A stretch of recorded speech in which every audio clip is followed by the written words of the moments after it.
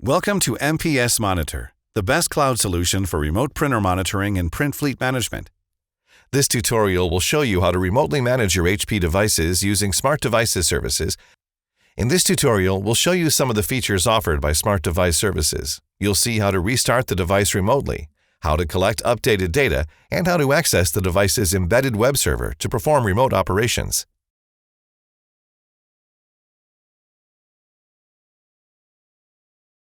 Please note, to access the device via Smart Device services, you must use device credentials. If you have set a specific user and password for accessing your device, you will need to enter them from the Set Credentials box. To access Smart Devices services features of a device, after selecting the customer, click on Devices in the menu on the left. Click on the Device tab to select it.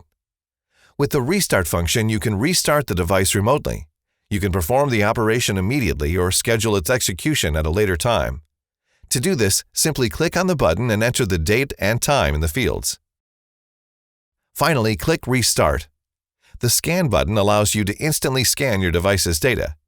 At the end of the operation, you can view up-to-date information about operator panel messages, configurations, event logs, and current firmware version.